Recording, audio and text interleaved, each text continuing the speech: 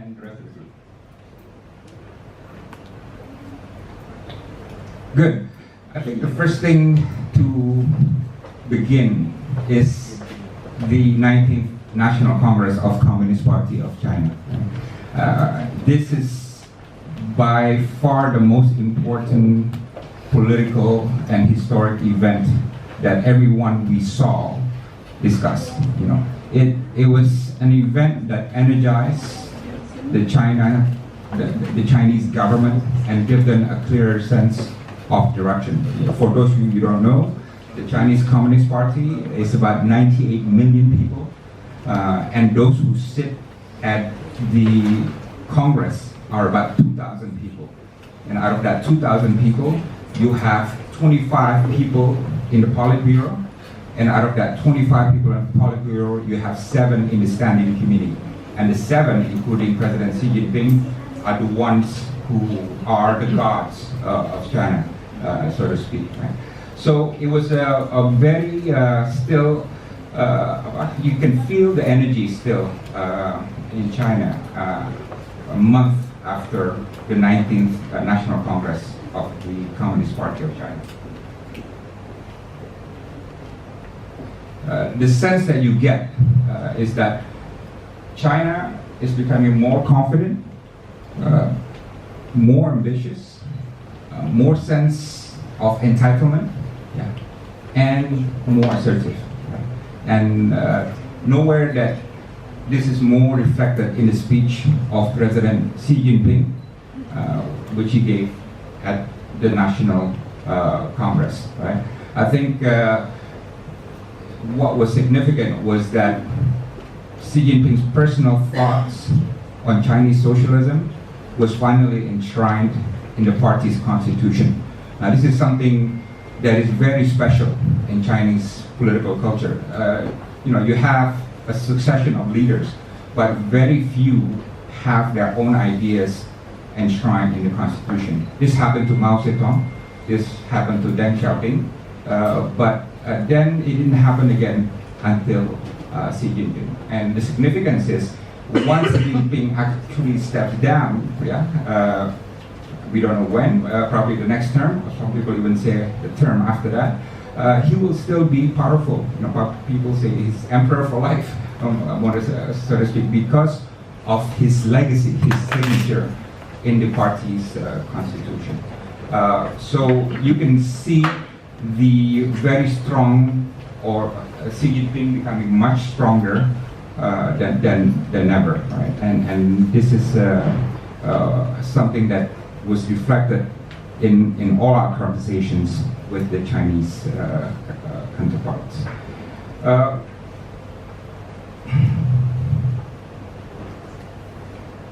This is the Standing Committee. This is the 7 final people that, like I said, are the gods of the Communist Party, right? You have Xi Jinping, you have Li Keqiang, and the others.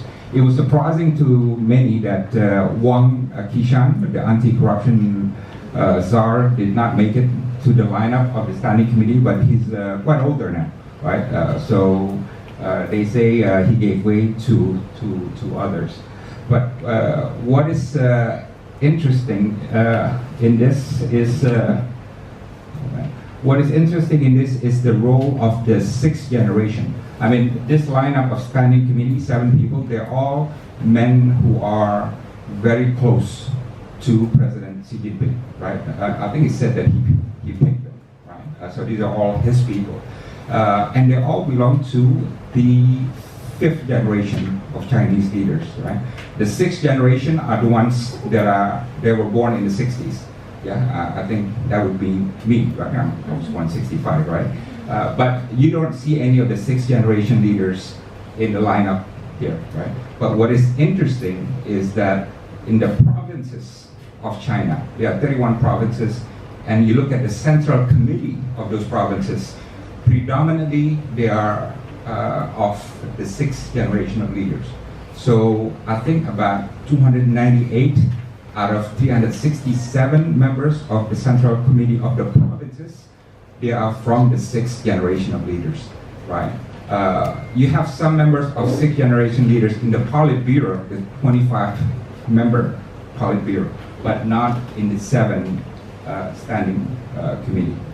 This is why some people suggest that probably President Xi Jinping, this is the going gossip, will be a 3-term president as opposed to being a 2-term president, because you would need 1 more term from somebody from the 6th generation to assume power. Maybe that guy, I don't know that guy. I mean, better looking than some of them. All right. So they are still in waiting, the 6th generation of leaders. You have some names, but definitely power is more consolidated in the hands of President Xi Jinping than ever before. Standing committee is a consensus body, right? But it is said that President Xi Jinping can even go it alone in certain circumstances in making important decisions for China. One theme that is quite central in China is national security. So when I ask people I met what are the 2 themes that is important, they say one is the economy, we're going to talk about that. Secondly is national security. And you can sense it in China. My WhatsApp doesn't work, right? You gotta use WeChat, so I had to get on WeChat, and to get a WeChat, I have to get approved by somebody who has a WeChat, right? Not like WhatsApp or BBM, you can just download it, right? There's no Twitter there. I was hoping to tweet on a daily basis, but you can't, right? And Instagram is also difficult, and so on. There's no Google, there's Baidu and Tencent, right? So this is a government that is quite concerned about, they want to be open, but also they want to have some control of the information technology system within China. And I think this reflects an attitude of national security, they see what happened in Arab Spring. As you know, when Arab Spring happened, one of the countries that were quite worried about it was China. They were worried about what this would mean in an age of Twitter, YouTube, and so on and so on to the Chinese millennials and so on, right? So it's something that is at the back of their mind, how to keep national security.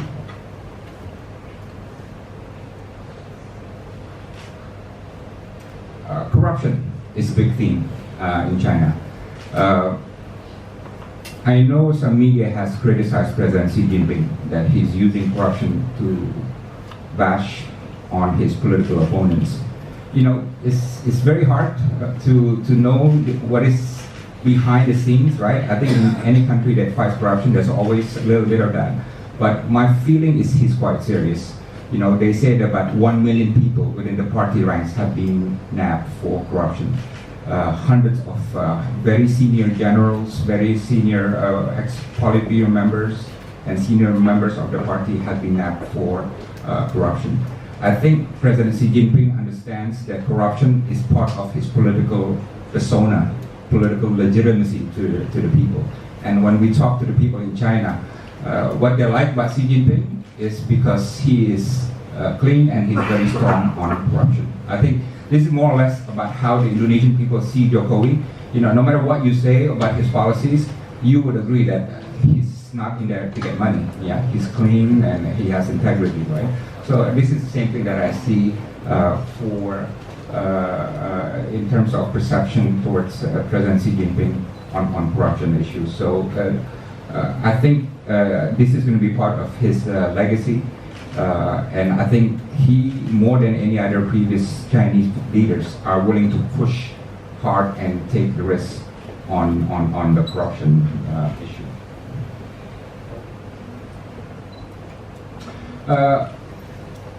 Chinese foreign policy after the 19th Party Congress. Right? Like I said, the Party Congress is not a place where you make foreign policy announcement. It's not a place for foreign policy. It's very domestic. But of course, foreign policy is part of it. This is just like our 17th or 16th August, speech, right? Foreign policy will get about 5 to 10% of the president's speech addresses about domestic, right? But if you look at the party congress and the speeches of President Xi Jinping, right? These are the words that you see. Yeah? The Chinese dream, right? Similar to the American dream, but quite different. The word decisive victory was said over and over again. Yeah? I thought that was quite interesting. China will take center stage in world affairs. China will be a major player in the world, right? It would be a community of common destiny. And this is the one that contrasts most with the America First slogan of President Trump. Yeah? The use of the word win-win, yeah? And Chinese characteristics. Everything is blah, blah, blah with Chinese characteristics. A new era, right? National rejuvenation, right? And China's time has arrived, and so on. You know, it's a 3-hour speech with about 60 pages if you print it. And these words you would see over and over again. And I think the importance of words in China's political vocabulary is that it reflects the worldview. Yeah, it reflects the nuances in how you see the world, right? This is, I find interesting. These are words that used to be everywhere in Chinese political vocabulary. Peaceful coexistence, hide and bide. This is from Deng Xiaoping. Hide your strength and bide your time. Yeah. Non-intervention, right? And hegemon. Right? You look at the speech. Hegemon was only mentioned once, and not in regard to other powers, but in regard to China itself. It says that China will not be a hegemon. Right? A little bit on non-intervention, but the term itself was not used. Right? And peaceful coexistence, you couldn't find it. This is hide and bide by Deng Xiaoping, and I think what is different if you compare hide and bide with this, right? Major player, center stage, decisive victory, community of this, blah, blah, blah, right? Is that Deng Xiaoping's hide and bide is now outdated, right? The Chinese are much more confident, much more assertive in their world outlook. Is this working?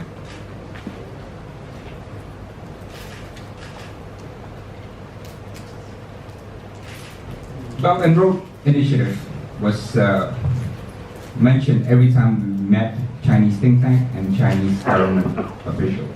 And what is unique or what is important from the party congress is that for the first time, Belt and Road Initiative is enshrined in the Constitution. Yeah? It's been elevated, yeah? The Belt and Road Initiative. And I think the significance is that not only it becomes, it's elevated constitutionally to a high level, the significance is that Chinese foreign policy will definitely be consumed by efforts to secure more support for the Belt and Road Initiative. I think President Xi Jinping believes that the Belt and Road Initiative will be his legacy. So I think the Chinese foreign minister and the whole diplomatic machinery of China will make sure that they succeed. They have the money, they have the resources, and they have a growing number of countries who are supporting the Belt and Road Initiative. I have a feeling, although they don't say it, that China is going to rate countries in accordance to how much or how little or how against they are towards the Belt and Road Initiative. Right? Again, I can't confirm this, but I get this feeling because this is a make or break or life and death foreign policy issue for President Xi Jinping. As you know, I think India is one country that's been very vocal in saying that we don't support or we're not going along with the Belt and Road, right? Japan's position has somewhat softened a little bit, right? But it's still not an overall support for the China Belt and Road Initiative.